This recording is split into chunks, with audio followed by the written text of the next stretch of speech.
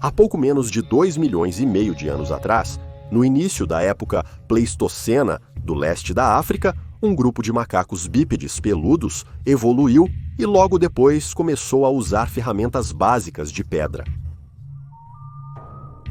Eles não sabiam, mas eram a primeira espécie de um novo gênero que um dia transformaria o mundo além do reconhecimento. Este era o Homo habilis, a primeira espécie verdadeiramente humana, sob o nome do gênero Homo, nome binomial completo, traduzindo para homem habilidoso. Por quase 1 milhão de anos, esses macacos viveriam em colônias sociais nas planícies e savanas do leste e sul da África, e foram nossos primeiros ancestrais humanos. A vida não era fácil para eles, no entanto. As planícies da África pré-histórica eram selvagens, cheias de perigo, e a vida era frequentemente curta e perigosa. No entanto, o Homo habilis persistiu e um grupo de indivíduos, um dia, se separaria da espécie, dando um passo a mais no caminho para você e eu. Hoje, vamos dar uma olhada em como esses estranhos primatas primitivos viviam, como eles evoluíram, como foram construídos, onde viviam e, finalmente, como morreram. Bem-vindo ao nosso documentário sobre o Homo habilis, a primeira espécie humana.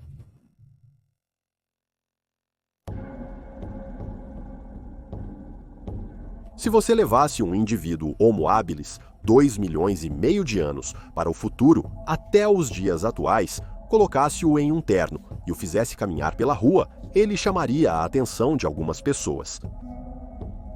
O mesmo, talvez, não possa ser dito para algumas das espécies humanas posteriores, mas o Homo habilis foi claramente o primeiro passo na linha humana e foi muito bem um protótipo inicial para o caminho que um dia levaria ao Homo sapiens, Homo neanderthalensis e Homo denisova, as 3 espécies humanas que compunham a idade do gelo do Pleistoceno tardio.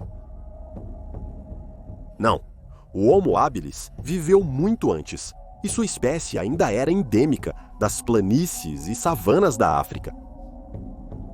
Um homem adulto, Homo habilis, pode ter crescido até cerca de 5 pés de altura, menor que a altura média dos dias atuais. Eles, provavelmente, eram muito peludos, já que o gênero de macaco que os precedeu, Australopithecus, era muito mais semelhante àquela forma clássica de macaco do que ao que pensamos como um humano moderno, e havia muitas características faciais compartilhadas entre as duas criaturas.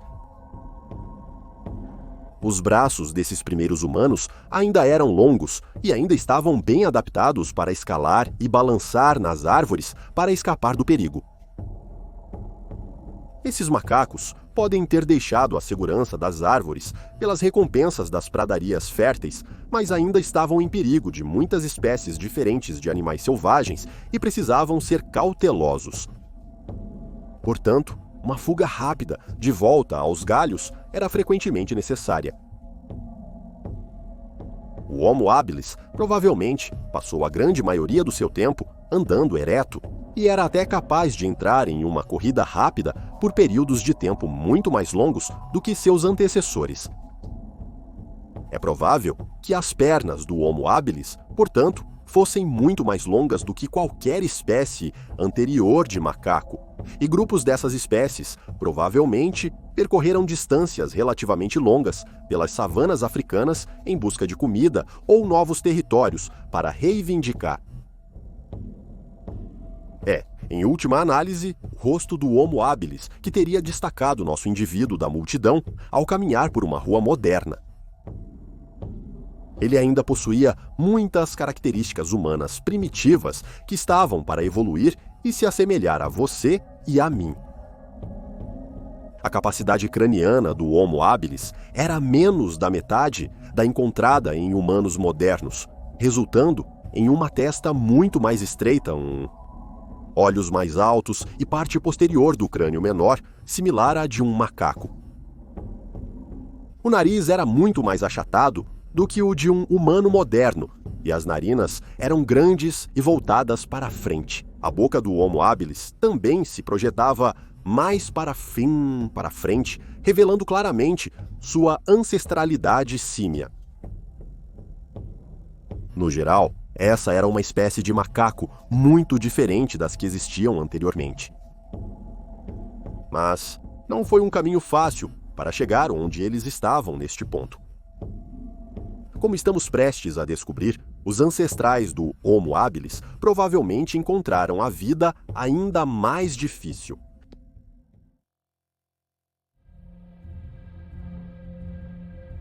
Como mencionamos na sessão anterior, o Homo habilis, a primeira espécie do gênero Homo, evoluiu de um gênero de macaco bípede que caminhava ereto, chamado Australopithecus, ou macaco do sul, quando traduzido para o inglês. Australopithecus acentuou as características semelhantes às dos macacos proeminentes no Homo habilis, mais notavelmente no rosto novamente. Provavelmente era mais peludo. Sua boca se projetava ainda mais. A caixa craniana era ainda menor e estava altamente adaptado à vida nas árvores. Australopithecus foi o primeiro macaco a caminhar ereto por longos períodos de tempo e, ao evoluir para o Homo habilis e seus futuros parentes, focaria cada vez mais em abandonar as árvores, adaptando-se totalmente à vida no chão. Os candidatos mais prováveis para a espécie Australopithecus, que levou ao Homo habilis, incluem o famoso Australopithecus afarensis, ou o menos conhecido Australopithecus sediba, que começou a desaparecer há pouco menos de 3 milhões de anos, quando um ramo de uma dessas espécies começaria a levar ao nosso Homo habilis. Como os cientistas descobriram, é extremamente difícil determinar exatamente quando o gênero Australopithecus deu origem ao Homo. E antes da descoberta do Homo habilis, em 1964, por Louis Leakey, Philip Tobias e John Napier, assumia-se que era o Homo erectus, uma espécie posterior que era a próxima parada. Isso parecia um grande salto, já que o erectus era uma mudança muito mais óbvia, diretamente do gênero Australopithecus. Assim, ficou óbvio que outra peça do quebra-cabeça havia sido completada. Mas o que fez uma das espécies de Australopithecus evoluir para Homo habilis? Esta é uma questão que tem sido objeto de debate ao longo dos anos, desde a descoberta do Homo habilis, mas pode ter algo a ver com as fontes de alimento ou os ambientes em que os macacos viviam.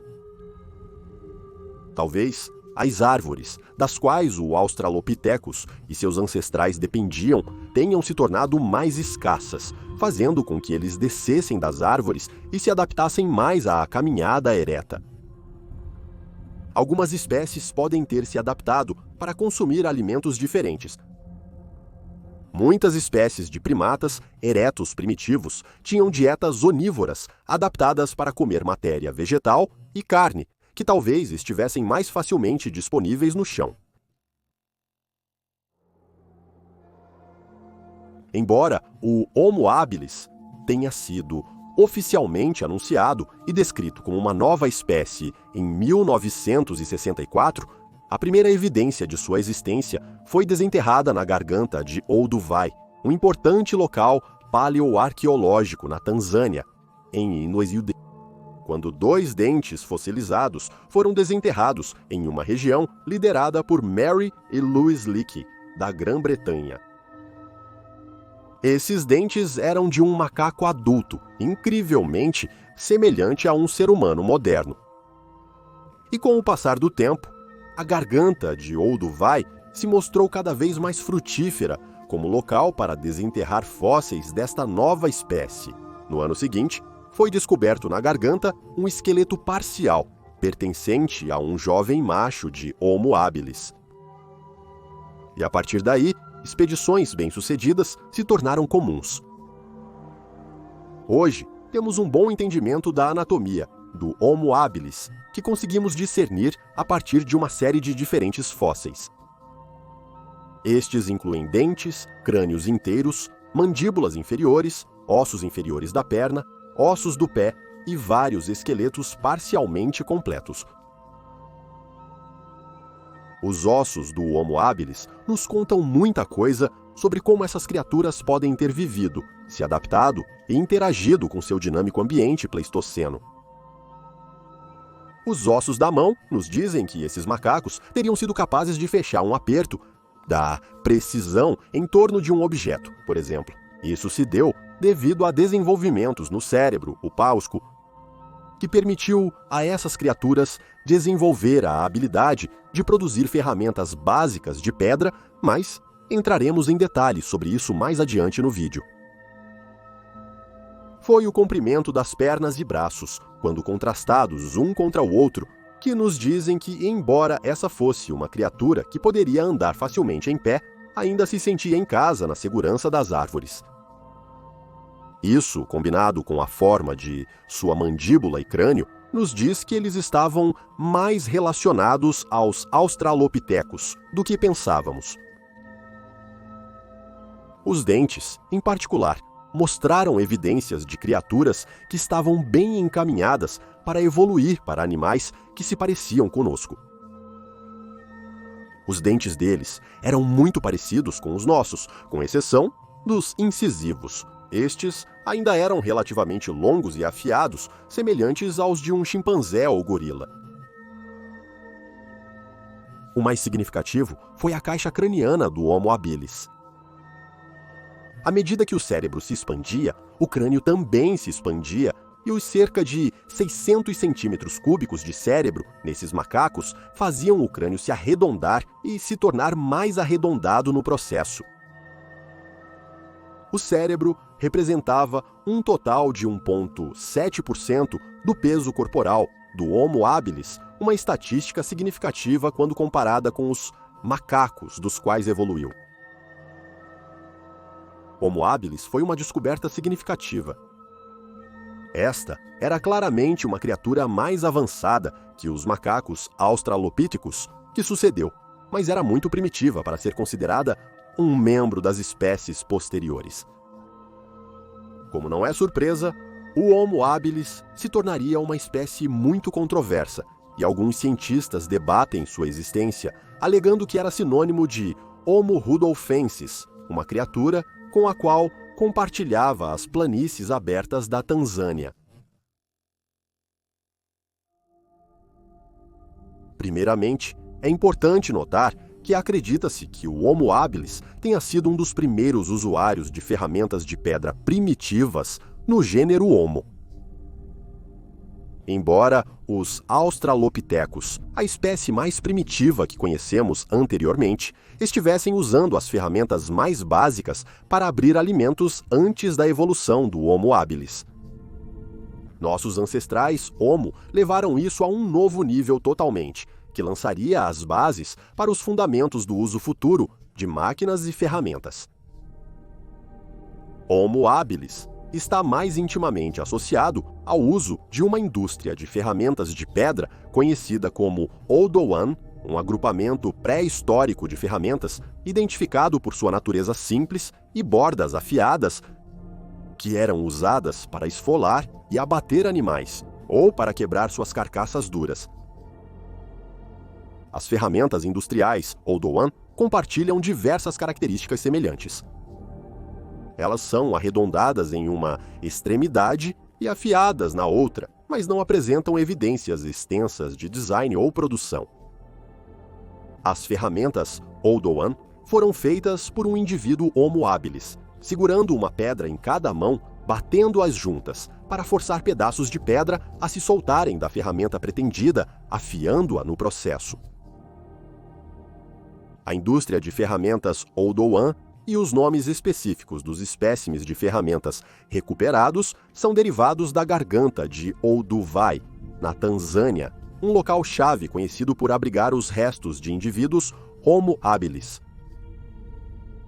Mary Leakey, uma renomada paleoantropóloga britânica que viveu de 1913 a 1996, foi responsável pela descoberta e nomeação da área, e algumas das ferramentas de pedra recuperadas na garganta mostram evidências suficientes de que alguns desses homens e mulheres primitivos sabiam o que estavam fazendo.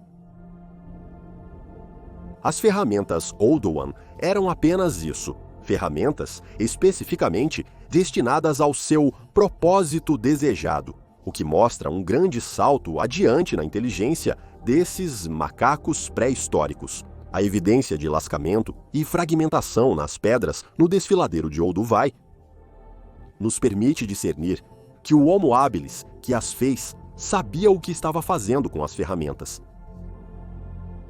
Eles eram mais bem formados e avançados do que o equipamento básico de pedra feito pelos australopitecos que os precederam. E sabemos que, pela existência das ferramentas, esses indivíduos sabiam como bater as pedras exatamente nos lugares certos para fazê-las se soltarem em um ponto afiado. Isso teria exigido um grau comparativamente alto de inteligência. E até agora, no momento de sua chegada ao mundo, os Homo habilis eram os animais mais inteligentes que já evoluíram. Um novo amanhecer estava realmente começando, não apenas para o reino animal, mas para o mundo. O que podemos dizer, no entanto, é que muito pouco design criativo foi empregado na construção das ferramentas Oldowan.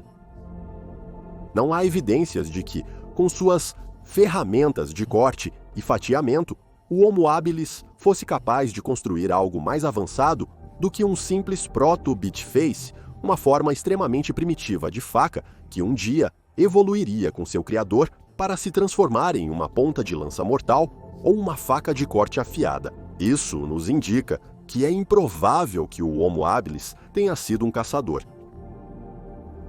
Sabemos, pela estrutura geral e construção do corpo e dentes do animal, que essas pessoas primitivas complementavam sua dieta vegetariana com porções de carne, mas teriam tido poucos meios de obter muito dela, sem a ajuda dos predadores da área local. É claro, totalmente possível que animais pequenos azarados ou desavisados, ou ovos, pudessem ter sido pegos com suas mãos ágeis, equipadas com polegares opositores poderosos, mas eles não tinham a capacidade de derrubar presas maiores, como antílopes ou outros ungulados, equipados apenas com uma simples ferramenta de corte de pedra. Portanto, é sensato assumir que a maioria da carne na dieta do Homo habilis veio de carcaças que já haviam sido abatidas por outros carnívoros.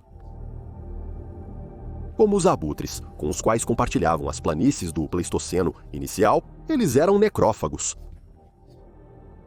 Ainda assim, o fato de essas ferramentas existirem de qualquer forma implica que o Homo habilis tinha algum tipo de entendimento de mecânica simples de uma maneira ou de outra. É certamente uma coisa estranha e até arrepiante imaginar os grandes felinos da savana africana se afastando de um antílope caído após se alimentarem o suficiente apenas para serem cautelosamente seguidos por uma família de Homo habilis espreitando uma criatura tão próxima e ainda tão distante do caminho para o Homo sapiens, segurando suas ferramentas de corte de pedra e grunhindo um para o outro com suas cordas vocais subdesenvolvidas, os mesmos ruídos vocais básicos que um dia levariam a mim apresentando este vídeo que você está assistindo. No entanto, há algo mais. Em 1962, 2 anos antes do Homo habilis ser descoberto, um estranho círculo de pedras vulcânicas com mais de 4 metros de comprimento por 3 metros de largura foi descoberto na garganta de Olduvai. Essas pedras estavam firmemente plantadas no chão, entre espaços de pouco mais de meio metro e com cerca de 30 centímetros de altura. Isso certamente foi feito pelo homem. Nenhuma outra espécie conhecida pela ciência na época poderia ter montado tal estrutura, espaçando uniformemente pedras específicas. A teoria de Mary Leakey sobre essa estrutura é que algum tipo de hominídeo primitivo usou essas rochas para apoiar um poste ou algum tipo de suporte, possivelmente para criar os abrigos ou quebra-ventos mais básicos para proteger as criaturas da chuva torrencial ou do calor escaldante das savanas da Tanzânia. Essas pedras são a forma mais antiga de arquitetura conhecida pelo homem e, embora básicas, lançaram as bases para os imponentes arranha-céus, monumentos e outras estruturas da atualidade. Ainda é desconhecido qual espécie específica de humano primitivo fez essa estrutura, mas devido à idade das rochas e ao local onde foi descoberta, ela geralmente é associada ao Homo habilis. Outro ponto importante a ser feito sobre o estilo de vida e comportamento do Homo habilis é a possível prática da monogamia. Eles podem ter sido os primeiros humanos a fazer isso. Homo ergaster e Homo erectus, duas espécies que sucederam o Homo habilis, são conhecidos por terem feito isso por toda a vida, ou por terem tido um parceiro de cada vez, mas especula-se que essa prática pode ter começado com seus predecessores habilis. A estrutura comunal em que o Homo habilis vivia foi comparada anteriormente à dos babuínos, onde vários machos coexistem em um grupo com várias fêmeas. Alguns desses grupos podem ter contado com até 80 indivíduos em um determinado momento. Os machos se uniam para defender o grupo de rivais ou atacantes, o que pode ter envolvido indivíduos do Homo habilis, levantando seus braços, atirando paus ou pedras e gritando repetidamente para predadores ou rivais para intimidá-los e afastá-los. Se não funcionasse, o Homo habilis recuaria para pegar para a segurança relativa das árvores, usando seus braços ainda alongados para agarrar galhos que, de outra forma, seriam difíceis de alcançar. As savanas abertas eram um novo e perigoso habitat para esses macacos, e o perigo poderia estar escondido atrás de qualquer árvore, rocha ou tufos de grama.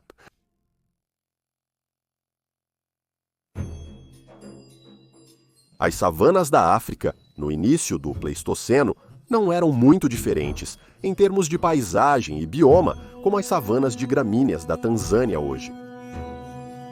Gramas altas, de cor verde amarelada, teriam se espalhado com sucesso pela dramática paisagem aberta, perturbada apenas por um estranho aglomerado de árvores ou rochas. Florestas mais densas existiriam nas margens dessas poderosas planícies, e rios ainda cortariam a terra, fornecendo uma fonte vital de água para esses primeiros homens. Mas, com o passar do tempo, o gênero Homo estava se tornando cada vez menos adaptados a uma vida nas árvores. Seus cérebros estavam crescendo. Eles estavam aprendendo a andar e correr permanentemente com seus próprios 2 pés e estavam se adaptando a fontes de alimento que prosperavam nas grandes savanas da África. A natureza estava forçando-os em direção às planícies, mas eles de maneira alguma eram as únicas criaturas por lá. Na verdade, o Homo habilis nem sequer seria a única espécie de hominídeo nas savanas. 4 outras espécies de hominídeos, 3 das quais pertencem ao gênero Homo, ocupariam as savanas da Tanzânia, ao mesmo tempo que nosso Homo habilis, e essa foi apenas a primeira vez ao longo da pré-história que isso aconteceria. Homo ergaster, Homo erectus e Homo rudolfensis estariam presentes durante o tempo de habilis, mas essas são todas criaturas que abordaremos em mais detalhes neste canal no futuro. Ergaster e erectus, especificamente, foram espécies que sucederam habilis nessas planícies, e são de fato mais intimamente relacionados a você e eu do que seus primos relativamente primitivos. Havia outra criatura que o Homo habilis teria encontrado nas planícies, uma estranhamente familiar para seus parentes Australopithecus, o Paranthropus boisei. Às vezes, essa criatura é até referida como Australopithecus boisei, devido às extremas semelhanças entre os gêneros, e provavelmente habitavam áreas úmidas, arborizadas ou florestas, mais próximo às margens da savana. Robusto, peludo e bípede, como o Australopithecus, do qual os habilis evoluíram, era definitivamente plausível que grupos de Paranthropus boisei pudessem ter encontrado grandes tropas de Homo habilis enquanto vagavam perto das margens dos territórios uns dos outros. O que eles pensaram quando se encontraram? Eles se reconheceram como parentes, talvez? Ou eles apenas os reconheceram e se esgueiraram para abrir a floresta? Talvez nunca saberemos. Então, de onde o Homo habilis conseguia a carne de que dependia para sua dieta onívora equilibrada? Essa resposta pode ser encontrada nos corpos de antílopes e cavalos, semelhantes a zebras e gazelas, que povoam as planícies em vastos rebanhos hoje. Esses ungulados de tamanho médio teriam sido abatidos por predadores maiores para os hominídeos e abutres se alimentarem mais tarde, mas é plausível supor que todo tipo de criaturas fornecia carne para esses macacos. Qualquer animal grande que caísse ou passasse pela savana poderia ter sido escolhido. Talvez o Homo habilis consumisse tartarugas ou peixes dos rios quando conseguia pegá-los, ou capturasse pequenos roedores ou ovos de pássaros do chão ou nas árvores.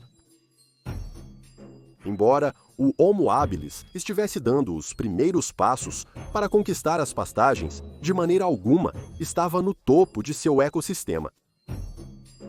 Indivíduos que se afastavam muito do grupo, jovens ou os velhos e feridos, teriam que ser extracautelosos ao fazer praticamente qualquer coisa na Tanzânia do Pleistoceno, pois havia inúmeras ameaças esperando para reivindicar um hominídeo precoce e descuidado.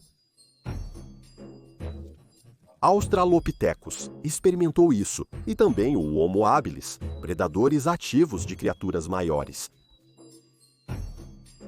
As savanas eram abundantes com grandes gatos carnívoros.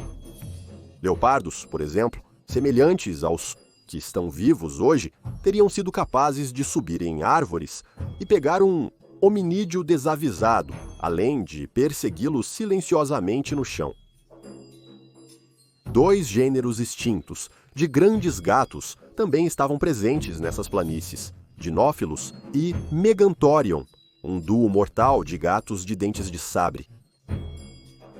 Meganthorion, em particular, persistiu até o Pleistoceno Médio, onde continuou a representar uma ameaça mortal para o Homo erectus quando eles tomaram conta das savanas. Não eram apenas os gatos que o Homo habilis precisava ter cuidado. A África, naquela época, era povoada por outro predador mamífero extinto que teria invadido as planícies em grupos, a hiena caçadora. Várias espécies do gênero Chasmoportetes estavam presentes na África no momento em que nossos ancestrais davam seus primeiros passos eretos. Essas hienas corriam em pernas longas e esguias, semelhantes às dos guepardos modernos, e provavelmente perseguiam presas de movimento rápido pelas savanas. Nossos parentes seriam presas fáceis, pois eles abatiam suas vítimas com dentes afiados como facas. O Homo habilis nem mesmo estava seguro quando precisava tomar um gole nos rios ou lagos locais. Havia crocodilos em abundância nessas áreas, e bastaria um momento de descuido para se ajoelhar e beber, apenas para se deparar com as mandíbulas abertas de um grande réptil carnívoro puxando um macaco desavisado para as águas lamacentas. Um fóssil de Homo habilis até mostra um ataque de um crocodilo. A metade frontal do pé havia sido consumida ou arrancada pelo réptil, o que, nas planícies do Pleistoceno da Tanzânia, teria sido uma sentença de morte para um Homo habilis. É difícil fornecer um raciocínio confiante e preciso para a queda final do Homo habilis. É provável que, ao longo do Pleistoceno, vários fatores contribuíram para a queda desta espécie primitiva.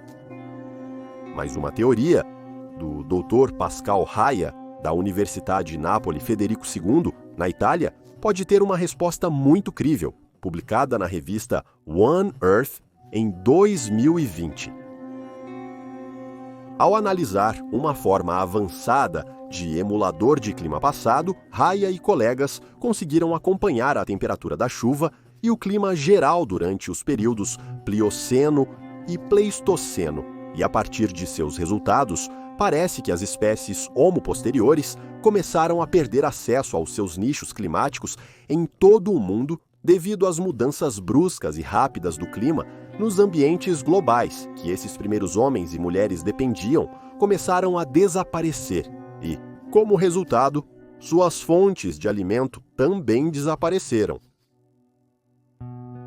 Talvez o mesmo possa ser dito para o Homo habilis, ou talvez este tenha sido apenas um fator em uma infinidade de outros. Também é importante lembrar que o Homo habilis coexistiu com outras 3 espécies de Homo durante o tempo em que existiu na Terra. Particularmente, o Homo ergaster e o Homo erectus eram mais inteligentes que o comparativamente primitivo habilis. Então, talvez nossos macacos tenham sido simplesmente superados por criaturas que estavam melhor adaptadas para viver e caçar em grupos sociais nas planícies da Tanzânia. Seja lá o que aconteceu com as populações de Homo habilis da Tanzânia no início do Pleistoceno, o legado do gênero Homo não termina aqui. Este foi apenas o início de uma história que se estende por mais de 1 milhão de anos. Uma história que culminaria neste exato momento no tempo. Outras espécies de Homo persistiriam, mas foi o Homo habilis que lançou as bases para que isso acontecesse. Para você e eu, eles realmente merecem seu nome traduzido: Homem hábil. Os primeiros começos de nossos ancestrais podem ter sido muito diferentes das complexidades e luxos do presente, mas o Homo habilis, no advento de sua evolução, era a criatura mais inteligente que o planeta havia visto até então. A noção de uma criatura aprendendo a mudar a forma de seu ambiente, a tal ponto, era inédita no registro fóssil antes disso. Se foi realmente o Homo habilis que fez o abrigo de pedra primitivo no desfiladeiro de Olduvai há mais de 1 milhão de anos, então isso revoluciona nosso entendimento dessas criaturas primitivas, a maneira como viviam e como suas mentes funcionavam. Temos um longo caminho a percorrer em nossa história antes de chegarmos à evolução do Homo sapiens, mas é importante não subestimar a importância do habilis como os precursores da mecânica e da tecnologia. É em parte graças a esses primeiros hominídeos que você é capaz de assistir a este vídeo hoje. Obrigado por assistir. Esperamos que você tenha gostado desta breve viagem ao passado de nossos ancestrais e esperamos que você continue conosco para ver o que planejamos para o futuro deste canal.